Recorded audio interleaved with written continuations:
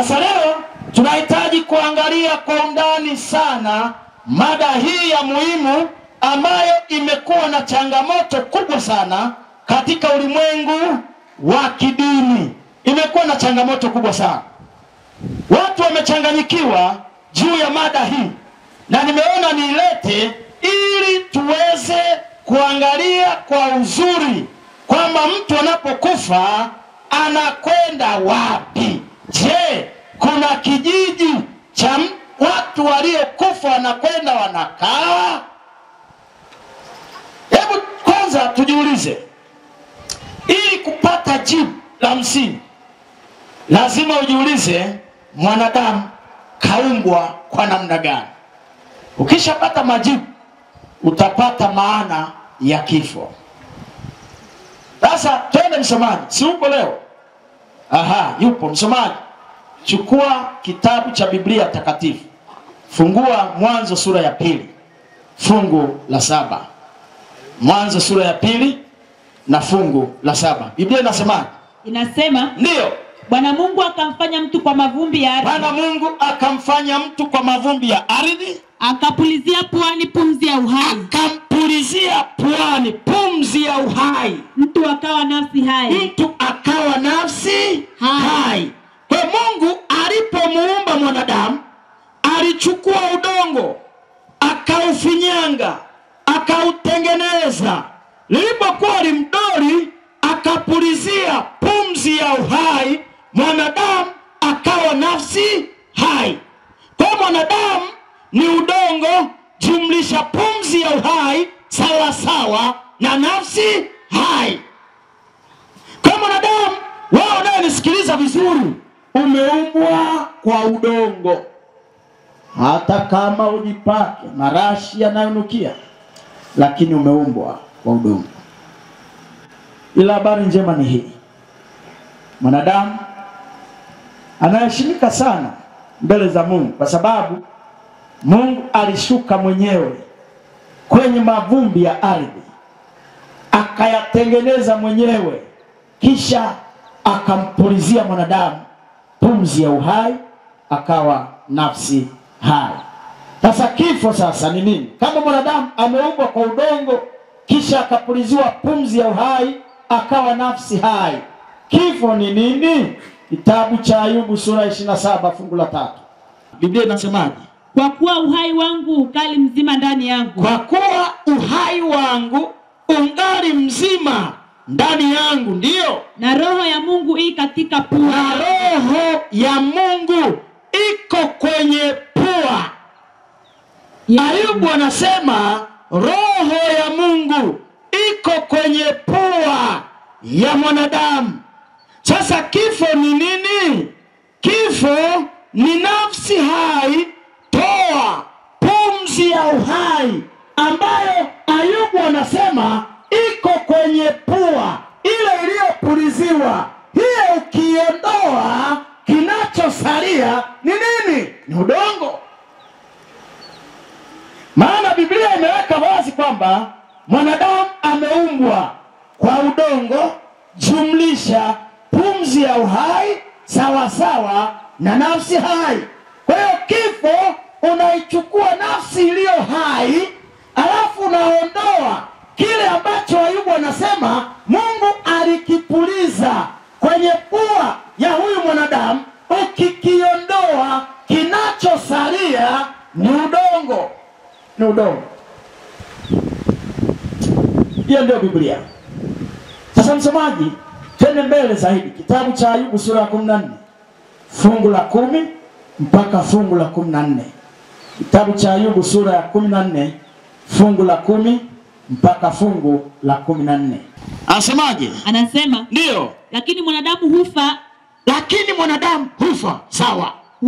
Huifariki dunia. Huifariki dunia. Naam. Naam. Mwanadamu hutoa roho. Mwanadamu hutoa roho. Naye yupo wapi? Sasa Ayubu anauliza, naye yuko wapi? Endelea. 11. Kama kama vile maji kupwa katika bahari, sawa, na mto kupunguka na kukatika, sawa, ni vivyo mwanadamu hulala chini asiinuke. Sasa Biblia inasema mwanadamu hufa. Mwanadamu anakufa. Biblia inauliza yuko wapi? Uzuri wa Biblia wapendwa, inapouliza swali, majibu yako ndani ya Biblia, na Biblia inaweka wazi vizuri. Mwanadamu hufa, huifariki dunia. Yuko wapi? Je, anasikia? Je, kuna sehemu ambayo anaishi? Sasa Biblia yenyewe inatoa majibu. Kitabu cha Mhubiri sura ya 9 fungu la 5. Kitabu cha Mhubiri sura ya 9 fungu la 5 mpaka fungu la 6. Biblia inasemaje? Anasema, ndio, kwa sababu walio hai wanajua kwa sababu ya kwamba watakufa. Sisi tulio hai tunajua kwamba kuna siku tutafanyaje? Tutakufa. Ndio. Lakini wafu hawajui neno lolote. Lakini wafu hawajui neno lolote. Ndio. Wala hawana ijara tena. Maana kumbukumbu lao limesahauliwa. Mapenzi yao na machukio yao na shuhuda yao. Ndio. Imepotea yote pamoja. Vimepotea vyote pamoja. Wala hawana sehemu tena kwa yale ambayo yanayoendelea chini ya jua. Ndio. Katika jambo lolote lililofanyika chini ya jua. Yaani Biblia inasema mwanadamu ni kweli hufa, hufariki dunia. Anasema anapokufa hajui jambo lolote, wala yanayoendelea hapa duniani hana habari nayo. Hajui kinachoendelea, hana kumbukumbu, hajui hajui ya kwamba yule aliyekufa, hajui kwamba leo wewe uko kwenye viwanja hivi. Yaani yule ndugu yako, awe ni mkeo, awe ni mtoto wako, awe ni mama yako, hajui kwamba umekuja hapa. Hajui. Hana kumbukumbu tena. Sasa twende mbele zaidi ili tuone kitabu cha Ayubu sura ya 14 fungu la 21. Ili uone Biblia inasemaje kwa habari ya mtu aliyekufa. Ayubu sura ya 14 fungu la 21. Twende msomaji. Anasemaje? Wanawe hufikiria heshima. Wala yeye hajui. Kwamba yule aliyekufa hajui chochote. Hajui mafanikio unayopata leo. Hajui hata ukiaibishwa, hajui hata ukifedheheshwa, hajui hata yeye hajui chochote. Swali mchungaji, sawa, hajui chochote. Anakwenda wapi? Kitabu kile cha Zaburi sura ya 146 fungu la 4. Zaburi sura ya 146 na ile fungu la 4. Anakwenda wapi? Je, kuna kijiji ambacho anaenda kushirikiana wenzake waliokufa zamani? Biblia inasemaje msomaji? Anasema, ndio, pumzi yake hutoka, hurudia udongo wake. Halafu Biblia inasema anakokwenda anarudia udongo wake. Kwa nini arudi kwenye udongo? Kwa sababu ametoka kwenye udongo. Haleluya. Amina. Na ndio maana nasema hivi, rafiki wa karibu sana wa mwanadamu ni udongo. Maana mwanadamu kaumbwa kwa udongo, na kwenye udongo atarudi. Kwa Biblia inasema anapokufa anarudi mavumbini, maana huko ndiko alikotoka. Kwa hiyo tumetoka mavumbini, na mavumbini tutarudi tena. Kwa yule ndugu yako aliyekufa, iwe ni mke wako, iwe ni mume wako, iwe ni mtoto, Biblia inasema anarudi mavumbini. Twende mbele kidogo. Kitabu cha Mhubiri sura ya 3. Fungu la 19 mpaka fungu la 21. 19 anasema, Ndiyo. Kwa maana linalowatukia wanadamu linawatukia wanyama. Jambo moja linawatokea. Anavyokufa mwanadamu, ndivyo anavyokufa huyu. ndivyo anavyokufa mnyama. Naam, wote wanayo pumzi tofauti. Moja ndio. Wala mwanadamu hana kitu cha kumpita mnyama, kwa maana yote ni ubatili. Wote huenda mahali pamoja. Wote hutoka katika mavumbi. Wote hutoka kwenye mavumbi, na hata mavumbini hurudi tena. 21. Ni nani ajue kama roho ya binadamu? Wewe nakuuliza, ni nani anayejua kwamba roho ya mwanadamu inakwenda juu? Na kama roho ya mnyama huenda chini? Biblia inasema kwamba mwanadamu hana kitu cha kumpita mnyama katika swala la kifo. Anavyokufa mwanadamu ndivyo anavyokufa mnyama. Wote wametoka mahali pamoja na wote wanarudi. Sasa swali, nani anayejua? Biblia inauliza kwamba roho ya mwanadamu inakwenda juu na roho ya mnyama inabaki chini. Na ndio maana huwa nawauliza wapendwa, wale ambao wanaosema alale mahali pema peponi, walitakiwa waseme kwa haki kabisa, anapokufa mnyama waseme alale mahali pema peponi. Maana wote na mwanadamu wana pumzi moja na wote wanarudi sehemu moja. Sasa swali, mchungaji, je, wana uwezo wa kurudi nyumbani? Maana wako watu ambao wanasema karudi bibi, na tulimwona kabisa na nguo zake alizovaa tulimwona. Mama mmoja akanijia akasema, mchungaji, mume wangu amekufa mwaka huu. Tulikuwa kwenye mkutano kama huu ana Morogoro. Asema, mchungaji, mume wangu amekufa mwaka huu, na kila nikilala ananijia. Yaani anakuja kabisa, ni yeye mwenyewe, hata nguo zake zile. Nikamwambia, mama, unampenda mume wako? Anasema, nampenda sana mchungaji. Nikamwambia, sasa sikiliza, ukimwona amerudi, nenda mbio mkumbatie, mwambie, mume wangu nakupenda, usirudi huko ulikotoka. Abaki hapo wapi? Nyumbani. Kama kweli ni yeye, abaki hapo. Anambia, kila siku namuona.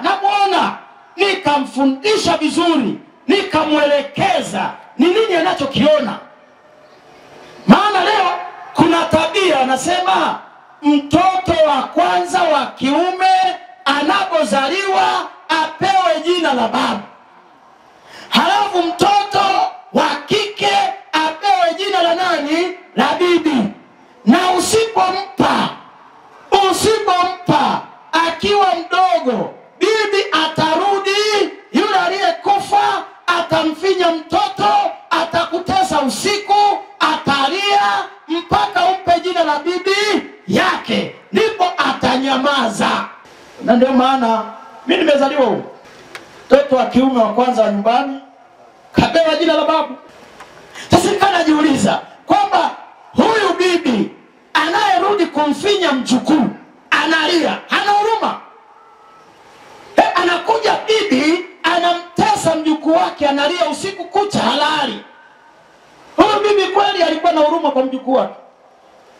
Sasa Biblia inasemaje? Wako watu ambao wanaamini, hata ninyi mnaonisikiliza mko ambao mnaamini kwamba wanarudi. Hebu sikiliza Biblia inavyosema. Kitabu cha Ayubu sura ya 7 fungu la 9 mpaka fungu la 10. Biblia inasemaje? Nasema, ndio, kama vile wingu likomavyo na kutoweka, Ni vivyo huyo ashukaye. Ni vivyo huyo ashukaye Kuzimuni. Hatazuka tena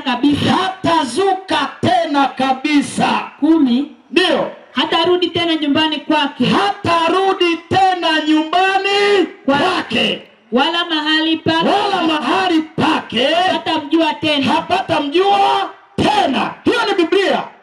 Biblia inasema yule anayekufa hawezi kuzuka tena, hawezi kurudi tena nyumbani kwake, hawezi kurudi.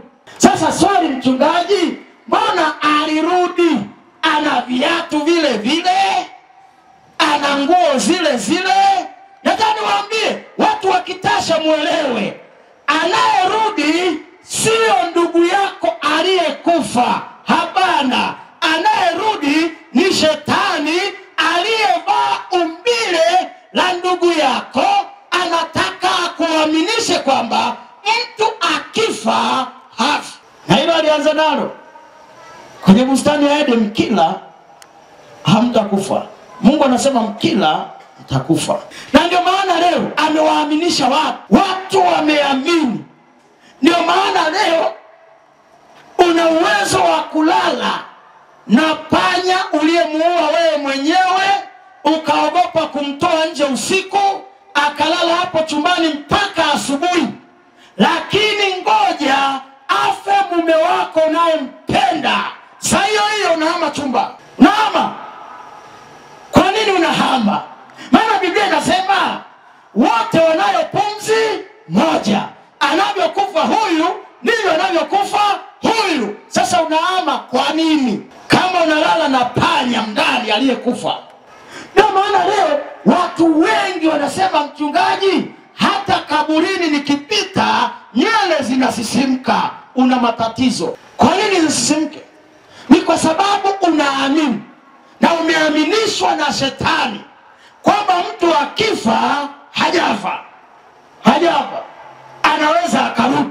Haya ni mafundisho ya kipagani, hayapo kwenye Biblia, hayapo. Siku moja mama yangu mzazi alifariki, akaniacha mdogo sana, akaniacha na miaka 2 kama kasoro hivi, na sifahamu kabisa sura ya mama, sijui, maana alikuwa mdogo sana. Sasa pale nyumbani kuna makaburi ya bibi, babu, mama. Sasa mjaza, makaburini msipite, huo waliokufa wanarudi. Nikasema, wewe mzee, mama simjui, si bora niende kaburini nikae hapo mpaka arudi ili nione sura yake? Kwa nikaenda kaburini usiku, mara nasema nakuja usiku, nikakaa kwenye kiti, nikakaa pale kaburini, nikatulia haji, nikakaa nikasubiri kinachopita kaburini, mambo ya jirani.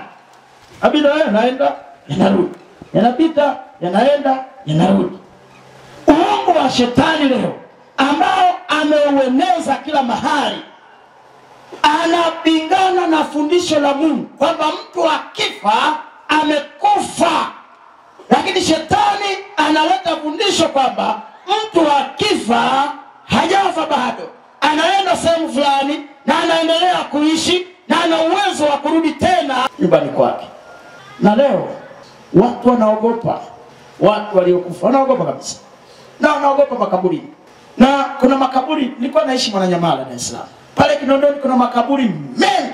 Sasa ili na pembeni walikuwa wametengeneza baa, kuna baa zimetengenezwa wale waliofika maeneo yale. Sasa ili uwaibie wale walevi, hata walevi nao wana hofu, ili uwaibie, ukienda, watu walikuwa naenda kwenye yale makaburi, wanakaa makaburini, alafu wakitaka kuwafurumusha wanachukua nguo nyeupe, wanajifunika, wanakuja mbio kutoka kaburini, mimi nilikuwa nimekufa, nimefufuka, nimekuja. Watu wanaacha mpaka bia, mpaka kesto zile na safari, wanakimbia, wanaacha mezani. Ukiwa umekimbia ukaacha simu, inaondoka.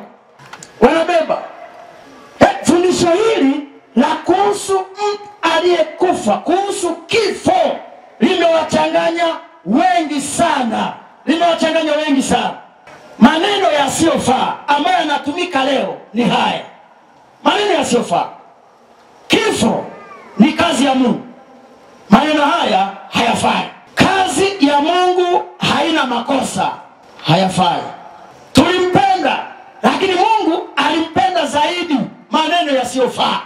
Apumzike kwa amani, maneno yasiyofaa.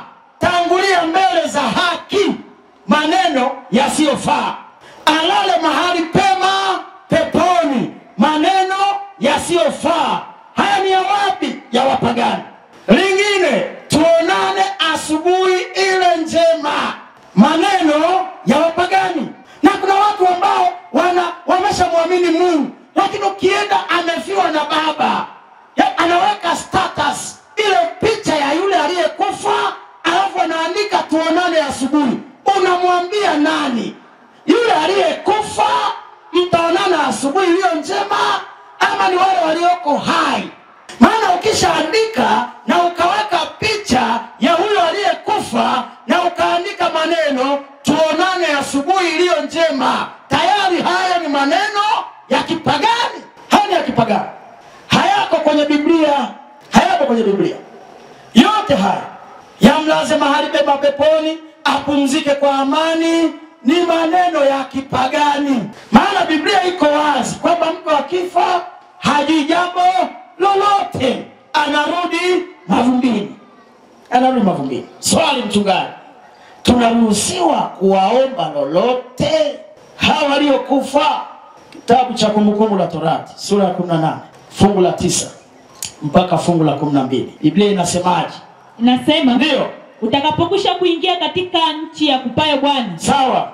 Akupaye Bwana Mungu wako. Ndio. Jifunze kutenda kwa mfano wa machukizo ya mataifa yale. Sawa. Asionekane kwako mtu ampitishaye mwanawe au binti yake kati ya moto. Sawa. Wala asionekane mtu atazamaye bao. Sawa. Wala mtu atazamaye nyakati mbaya. Sawa. Wala mwenye kubashiri. Sawa. Wala sihiri. Sawa. Wala mtu alogaye kwa kupiga mafundo. Sawa. Wala mtu apandishaye pepo. Ndio. Wala mchawi. Wala mchawi. Wala mtu awaombaye wafu. Wala mtu awaombaye wafu. Kwa maana mtu atendaye hayo, mtu anayetenda hayo ni chukizo kwa Bwana. Bwana anachukia, ni chukizo kwa Bwana. Kisha ni kwa sababu ya hayo Bwana Mungu wako anawafukuza mbele yako. Haya, simama. Biblia inasema asionekane mtu yoyote kati yenu ambaye anakwenda kuwaomba walio kufa ama kuwaombea. Lazima uelewe, asionekane mtu yoyote ambaye anakwenda kuwaomba waliokufa. Watu wa zamani, akina Petro, akina Mariamu, akina Yohana. Asionekane mtu yoyote anayekwenda kuwaomba hao waliokufa, asionekane.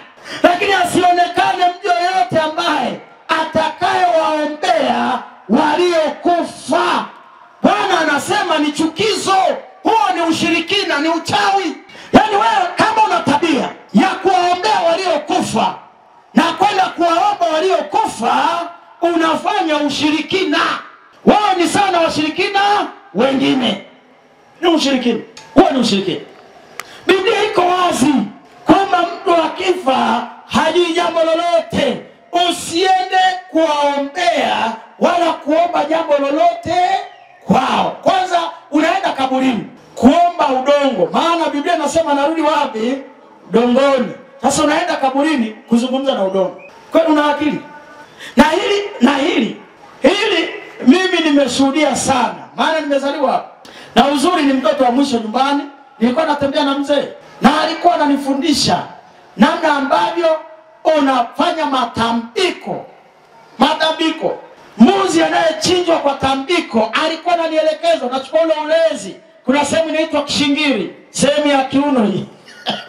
Hii hii sehemu ya kiuno wanakula wazee, wabibi. Hao kishingiri, si mnaitaka kishingiri?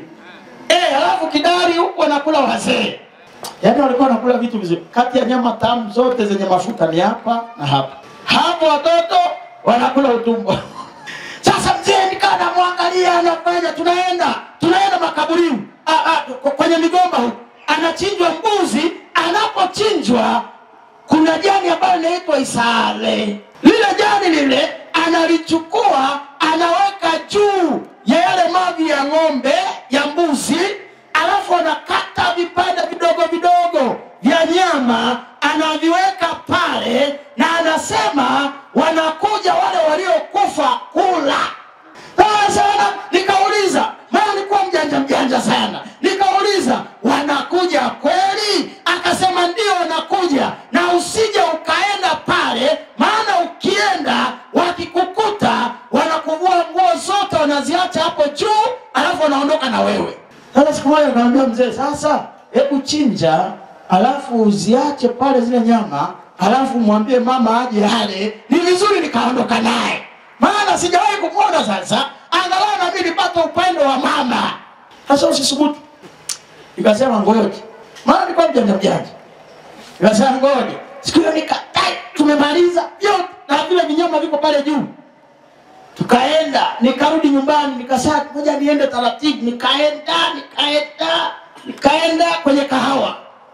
Nikatuma kwenye kahawa, nikachungulia. Angalau niwaone wanaokuja kula. Sasa aliyepita pale akazoa vinyama vyote ni mbwa jirani. Akavichukua akaondoka nao. Nikarudi kwa hasira kweli. Kaambia mzee, hivi wewe umesema wale wazee ndio wanarudi kula zile nyama. Tena nyama zilizonona, vinyama vile vilivyonona ndio anasema napewa wale wazee. Na nikaambia mbona amekuja mbwa wa jirani amekula? Akasema wewe nyamaza. Kaambia si nimeona mbwa jirani? Akasema ndio hao wamekuja kwa sura ya mbwa. Ndio kwa sura ya mbwa. Ni uongo. Nikaenda naye, alikuwa anaenda kuweka mcheche. Anaenda kuwekea mbege wale waliokufa wale wazee. Maana wazee wanakunywa mbege, wabibi wanakunywa maziwa. Na wakati wa kwenda kuwekea pale, lazima mvue viatu, wanavua viatu. Mzee anaenda peku, na mimi nilikuwa naenda peku na kaa pembeni. Anazungumza na wazee kwamba hapa jamani, mchukue hii, angalau mkae na fulani, umkaribishe na fulani, mkae pamoja, muendelee kunywa hii mbege tuliyowekea. Huo ni uchawi, ni ushirikina. Na haya yote wapendwa, yanamchukiza sana Mungu. Kuna mambo ya kushangaza sana ambayo wengi wameyachukua kwa wapagani, kukumbuka siku za waliokufa. Yaani tarehe ya baba aliyekufa mnakumbukumbu, mnasherehekea, si mnachinja mbuzi. Hayo yanamchukiza Mungu. Watu wanasherehekea, ni siku ya kumbukumbu ya baba hapa nyumbani, alikufa mwaka juzi. Huo ni upagani. Hayapo kwenye Biblia. Mungu anachukizwa sana na hayo mambo.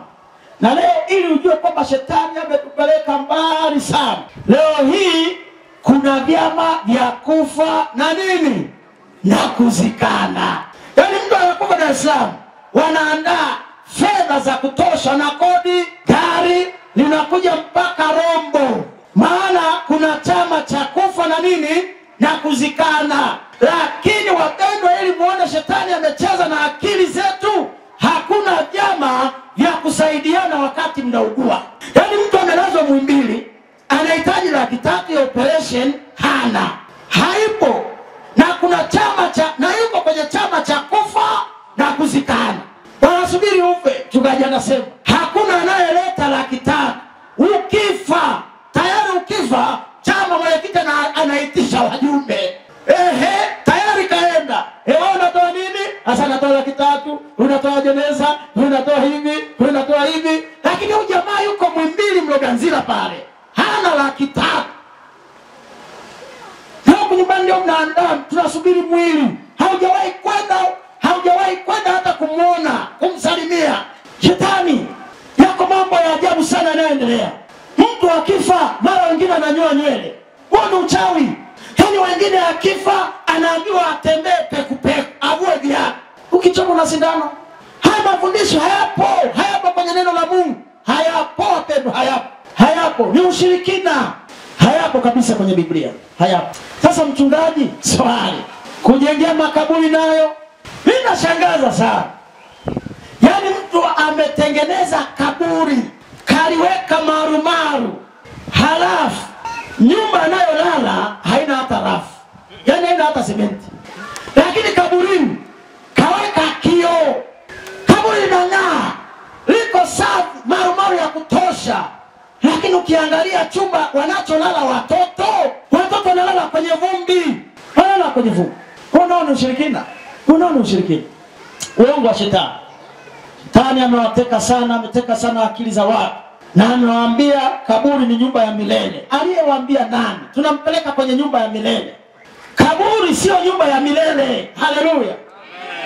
Yaani wanaomwamini Yesu, kaburi sio nyumba ya milele.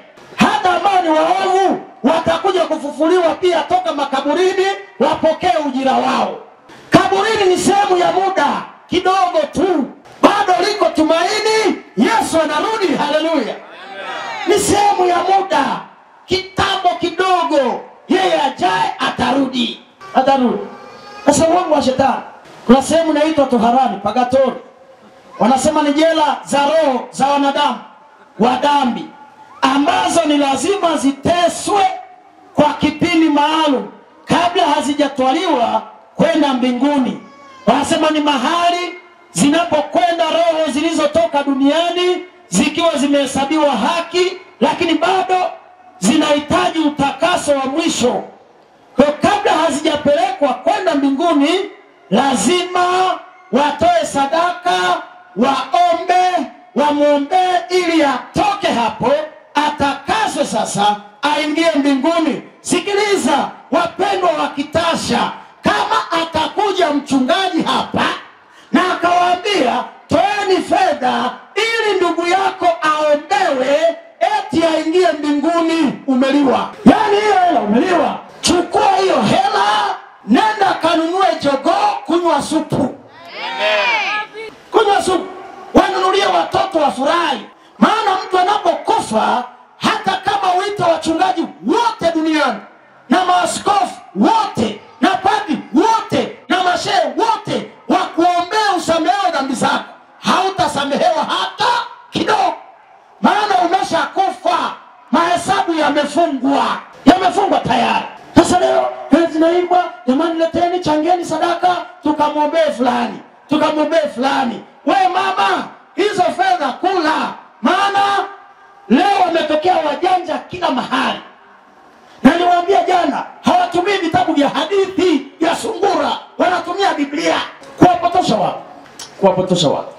Kwa hiyo ukiambiwa toa sadaka, tumuombee ndugu yako atoke pagatori. Kwanza pagatori hapo ni wapi? Huwa najiuliza kila siku, ni mbingu ya ngapi? Na hizo roho ziko ngapi hapa jai? Mungu mnaniuliza maswali. Na ndio maana watu wa Kitasha nimewaambieni, nunueni Biblia zenu msome wenyewe. Haleluya. Msisubiri kusomewa na kiongozi wa dini. Anaposoma na wewe fuatilia. Ndio maana hapa ninawaambia kila siku, kaeni na Biblia. Ninaposoma fungu, fuatilia. Sema mchungaji, unachokisema kiko tofauti na fungu. Kiko tofauti. Soma Biblia. Soma wewe mwenyewe. Soma mwenyewe na utaelewa mengi kuliko kukaa kanisani na unasomewa na viongozi wa dini. Tuulize watu wachache kwenye Biblia waliokufa na wengine wakafufuka. Tuwaulize, mtu anapokufa hawa watuambie ukweli, maana wao walishakufa. Tena wengine watakatifu walienda mbinguni. Maana leo kuna watu wanawaomba, wanasema watakatifu waliokufa. Na nataka niwaambie, hata watakatifu na wenyewe wote waliokufa wako kaburini, wapo. Kuna wachache tu ambao Biblia inasema walienda wapi? Mbinguni. Na wakati Yesu anafufuka, wako baadhi ambao hajatajwa majina yao. Sasa sikiliza. Kitabu cha Yohana sura 11 fungu la 43. Biblia inasemaje msomaji? Ndio soma. 11:43. Anasemaje? Naye akiisha kusema hayo, Yesu akiisha kusema hayo, akalia kwa sauti kuu, Lazaro, njoo. nje. Njoo. huku nje. Biblia inaelezea kisa cha Lazaro. Lazaro alikufa akawekwa kaburini, na Biblia inasema Yesu akaenda kaburini akaita Lazaro. Akiwa kaburini, Lazaro akatoka kaburini, akatoka Lazaro kaburini. Na nashukuru sana, maana Biblia kama Yesu angeita, Yesu ambaye ana mamlaka yote, angesema watu waliokufa na Lazaro wote tokeni, watu wangetoka. Lakini aliita jina la Lazaro, Lazaro toka kaburini. Lazaro akatoka. Hakushuka kutoka wapi? Mbinguni. Sasa wewe unayesema mtu akifa akiwa mwema ameenda mbinguni, hata malaika wanakushangaa. Na hata kama kweli Lazaro angekuwa ameenda mbinguni kama wanavyosema wengine, kweli kama Lazaro angekubali kuja, yani aje kwenye hii dunia augue tena mgongo, maana mbinguni hakuna magonjwa, arudi tena. Sina anasema kwamba angemwambia Yesu, wewe tulia, siwezi kurudi tena kwenye ulimwengu, maana niko sehemu salama. Kwa hiyo Lazaro akatoka kaburini. Kitabu cha Yohana sura 20 fungu la 17. Biblia inasemaje? Nasema Yesu akamwambia, usinishike kwa maana sijapaa kwenda kwa Baba yangu, lakini naenda kwa ndugu zangu. Ndio ukawaambie ninapaa kwenda kwa Baba yangu, naye ni baba yenu, kwa Mungu wangu, naye ni Mungu wenu. Naye hapa Yesu amefufuka, na alipofufuka akakutana yule mama aliyemtoa mapepo. Yule mama akataka mshike Yesu, akamwambia, sikiliza, nenda tangulia kwa ndugu zangu, kawaambie sasa nimefufuka, napaa kwenda kwa Baba yangu ambaye ni baba yenu, kwa Mungu wangu ambaye ni Mungu wenu. Yesu amefufuka. Kama Yesu angelikuwa kweli ameenda mbinguni, asingemwambia yule mama ya kwamba sasa naenda kwa Baba yangu, maana alikuwepo kule mbinguni. Inaonekana wazi kwamba Yesu alipokufa, tena mcha Mungu huyu akiwa na asili ya mwanadamu, alipokufa alienda kaburini, alirudi kwenye mavumbi. Maana Yesu alichukua umbile la kibinadamu, akaishi kama mwanadamu, akala kama mwanadamu, na akafa, akazikwa. Alipofufuka ndipo sasa anamwambia yule mama, ninapaa kwenda kwa Baba yangu ambaye ni Baba yenu. Kwa hiyo alipokufa hakwenda moja kwa moja. Huyo ni Yesu, hakwenda moja kwa moja. Sasa mchungaji, Mariamu naye, haya twende kitabu cha Yohana sura 19 fungu la 25 mpaka fungu la 29. Biblia inasemaje? Anasema, ndio, na penye msalaba wake Yesu walikuwa wamesimama mamaye, yani Mariamu alikuwepo pale, na umbu la mamaye Mariamu wa Kleopa alipomwona mama yake Mariamu wa Kleopa na Mariamu Magdalena. Basi Yesu alipomwona mama yake Mariamu, yani mama yake mzazi, na yule mwanafunzi aliyempenda amesimama karibu, alimwambia mama yake, mama, mtazame mwanao. Kisha akamwambia yule mwanafunzi, tazama mama yako. Na tangu saa ile mwanafunzi yule akamchukua Mariamu akaenda nyumbani kwake. Historia ya Mariamu haikuendelezwa tena, ilishia hapo hapo. Habari za Mariamu, habari za nani, ziliishia hapo hapo. Akaenda nyumbani kwake. Alipokwenda huko kama wanadamu wengine, alikufa.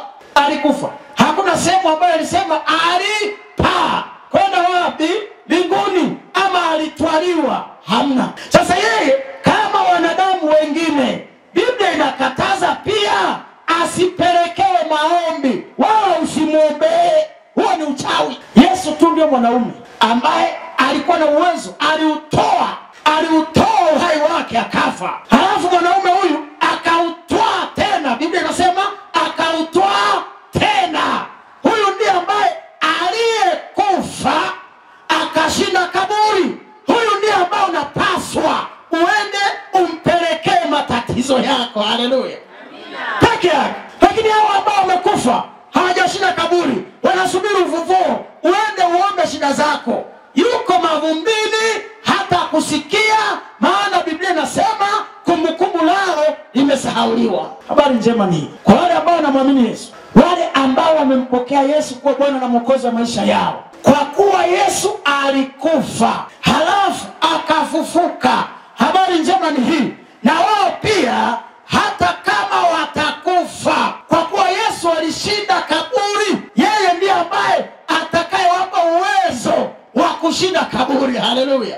Nao pia Yesu atawaita atakaporudi. Wote wanaomwamini Yesu, wote, yani hata kama umefia baharini na unamwamini Yesu, hata kama umeliwa na simba halafu simba naye akaliwa na tembo, yani Yesu akirudi tu, wale wanaomwamini Bwana asifiwe sana. Bwana Yesu asifiwe sana.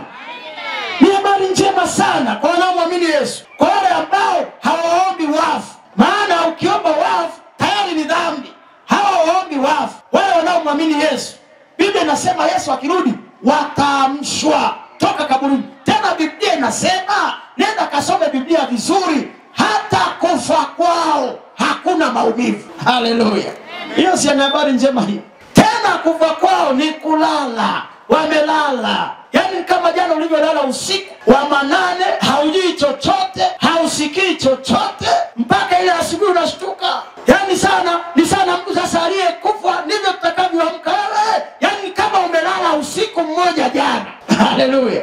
Hiyo ni habari njema sana. Na mchungaji wangu mmoja, ili ujue kwamba ni habari njema, huyu mchungaji alikuwa anatembelewa na viongozi wa juu wa kanisa. Siku hiyo ilikuwa mwaka jana.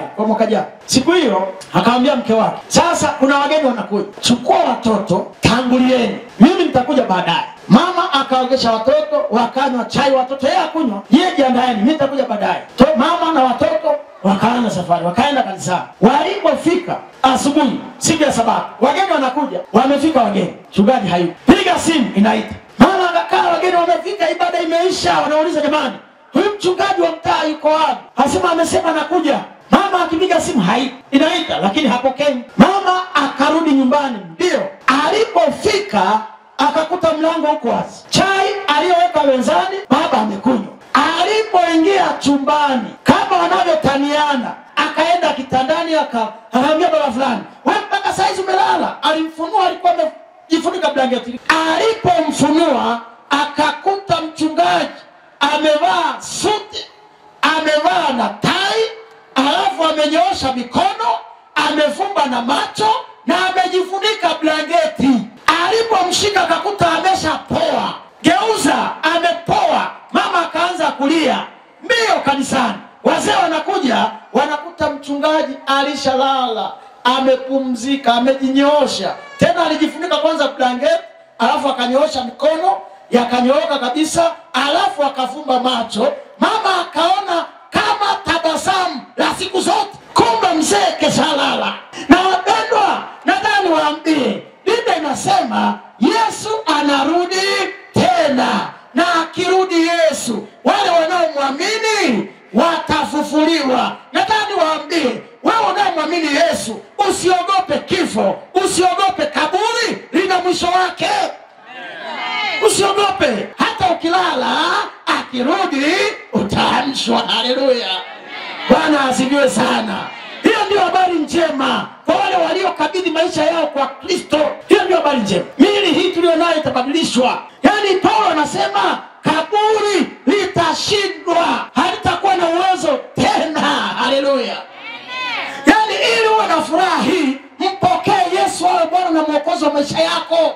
Ndio maana hatuogopi kufa. Unaogopaje kifo? Unakiogopa? Wakati ukifa ni sana kulala tu. Kwa Kristo unamwamini Yesu, umelala, umepumzika. Kwa ndugu zangu wapendwa, jioni ya leo tambueni kwamba hakuna kijiji cha waliokufa. Biblia imeweka wazi, wanarudi mavumbini. Wote wanarudi mavumbini. Awe mtakatifu, awe sio mtakatifu, wote wanarudi mavumbini. Na hata wale watakatifu mnaowafahamu, mnaowaomba, mnaowaombea, wote wako wapi?